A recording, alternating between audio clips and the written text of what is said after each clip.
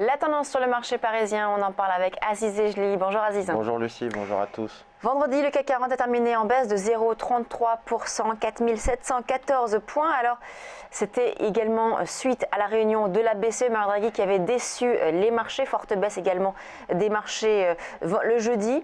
Aujourd'hui, quelle pourrait être la tendance? Alors Lucie, si on regarde le CAC futur ce matin, effectivement, après cette fin de semaine un peu chahutée, due notamment aux déceptions des propos de Mario Draghi, le marché qui s'attendait peut-être à un effet un peu plus important de la Banque Centrale Européenne, donc des mesures qui ont été un peu moins importantes qu'attendues, qui ont déçu les marchés, qui ont provoqué cette correction assez importante jeudi puisqu'on perdait plus de 3%.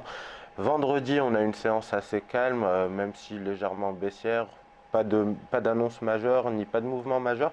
Ce qu'on remarque ce matin, Lucie, c'est qu'on a un CAC 40 futur qui est en progression. Vous le voyez bien, on vaut 4743 points. Donc on repasse au-dessus de cette zone un peu transitoire, 4730, 4750. On est même en train de la tester en ce moment même.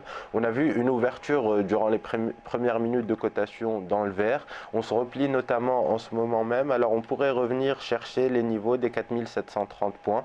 Le mouvement auquel on assiste en ce moment même pourrait être un pullback et donc on pourrait reprendre quelques couleurs en ce début de semaine, notamment suite à des rachats de short, des vendeurs qui se rachètent. On a vu jeudi notamment les mouvements partir très très vite à la baisse. Et bien on a atteint des niveaux d'objectifs baissiers aux alentours des 4730. On a vu qu'on a marqué même un plus bas sous les 4700.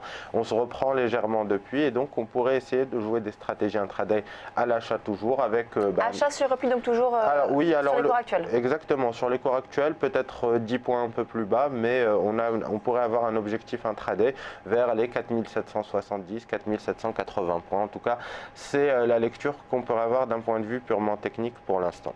On a souvent parlé du niveau des 4750 points, comme quoi si on cassait ces niveaux, ce que l'on a fait, eh bien, ça pouvait remettre en question la tendance haussière. Alors aujourd'hui, est-ce que cette tendance haussière de long terme est remise en question? Alors pas encore, justement, c'est ça le point positif justement que je souligne ce matin, c'est qu'on a vu la semaine dernière, notamment jeudi, les indices et le CAC 40 revenir sur cette zone des 4750, 4730. On voit le futur ce matin qui réintègre cette zone après une séance plutôt atone vendredi.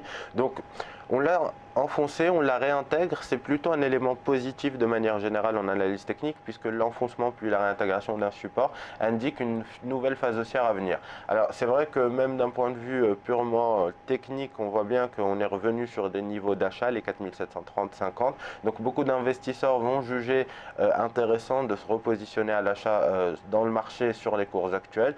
C'est la raison qui pourrait faire qu'aujourd'hui on pourrait assister à une première séance haussière après le chahut de fin de semaine dernière. Donc tant qu'on est globalement aux alentours de cette zone-là, ça reste une zone qui est garante de la tendance haussière et qui pourrait correspondre à une zone d'achat pour les investisseurs désirant entrer dans le marché.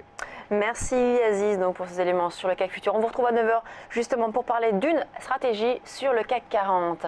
On marque une très courte pause, on se retrouve tout de suite pour parler de l'euro-dollar.